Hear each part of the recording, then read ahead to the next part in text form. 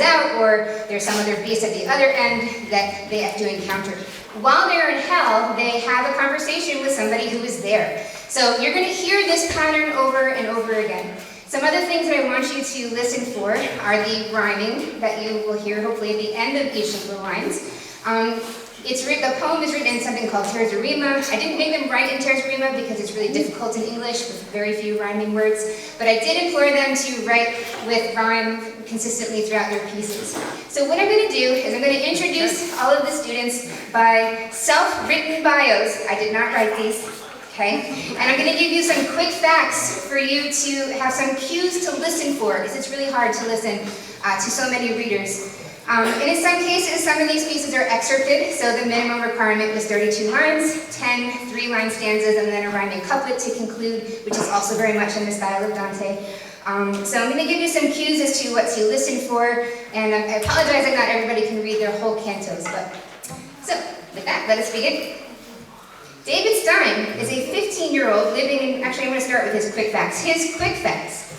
His guide, taking him through hell, is Socrates. The beast is Koisos. The sin is agnosis. The punishment is, as the sinners never saw it fit to take a step towards greatness, they are forever taunted by the light of divine grace, yet they can never touch that light.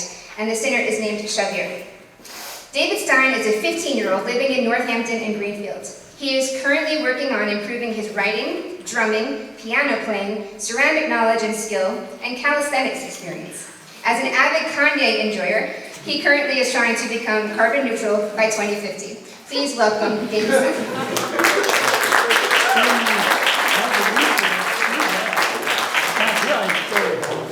Hello. Socrates to me. The last sin awaits you in the final circle, the circle of agnosis. I see in front of me the awing view of corpses frantically thronging towards a split in the earth, shining with the warm light of God. I'm relieved by divine grace, almost like I can afford to sit and rest on the final leg of my journey. As I advance further into the circle, I'm struck by a feeling of docility. All curiosity leaves me, and I feel bliss filling my eyes like the tension from a dam finally releasing its stored energy. As water bursts through the dam, I too find myself floating in a cold, dark water. A voice breathes in my ear, resonating through my chest and throat, the depth of his bold words almost touching what I think myself to be. I am Koisos, who guides the circle of my own creation, the circle of the incurious and unpassionate, the people who flee at the prospect of the gain of knowledge and shun at the opportunity of success. I protect what I have created, as this is the greatest offense one can commit. The one moment had ended, and my guide called out to me, giving me a glimpse of God's light in the cold water. The Titan has you in his godless grasp. I am your devotee. Remember that wonder is the floating of... Oh my God, dude. Remember that water is the flow... Oh.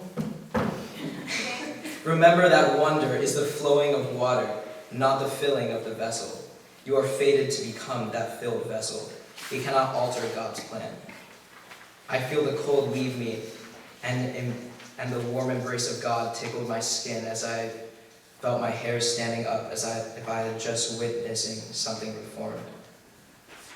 As my guide and I in hand stumbled down the jagged, icy, chilled rocks deeper into the circle, I'm gifted a disturbing view of souls of the tortured heave and draw back like a dragging wave of blood and bones.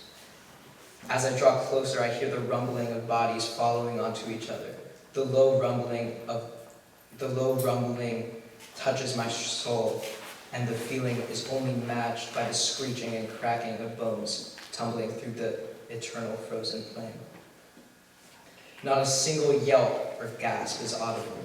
The horrible symphony of percussion churns and spins over and over again. The massive choir of ungraspable magnitude is only outshadowed by the blazing glory of the divine grace. The souls crowd toward the fire and fall and draw out again. As I watch the repeating story, I notice a single body in the ocean that does not seem to be moving, but to be looking at me and my guide. As I regard the strange sight, the corpse looks at me disapprovingly and starts towards me. The guide sits and watches as he knows what is about to come. The figure of a man draws closer still. He is strewn with blotches of dried blood. Several open wounds cover his naked form. The blisters on his body are frozen, yet still seem to be moving and changing under his olive skin. His mouth is frozen alongside the rest of his body, but the closeness of my breath thaws his peeling lips. With a gasp of air, he starts speaking to me. My bad. How grateful I am to have peace. How grateful I am to have peace from the endless crashing. His mouth is oozing with pus as my guide asks, "What did you do in the flesh to receive such a thrashing?" The man told him, "My name is Shavir. I filled all my mortal days with time wasters. I never gave nothing to the world, but I never took anything either. I never saw it fit to push myself to live a life that is better than normal. That is why I'm here, in the circle of incurious, where we have seen opportunities and never took them, so we are forever taunted by the opportunity of being superior. This is why the light is so close, yet the gold light of passion and the passion of God burns the damp so that no one can too feel the light without falling back. The sin of agnosis is mine to hold."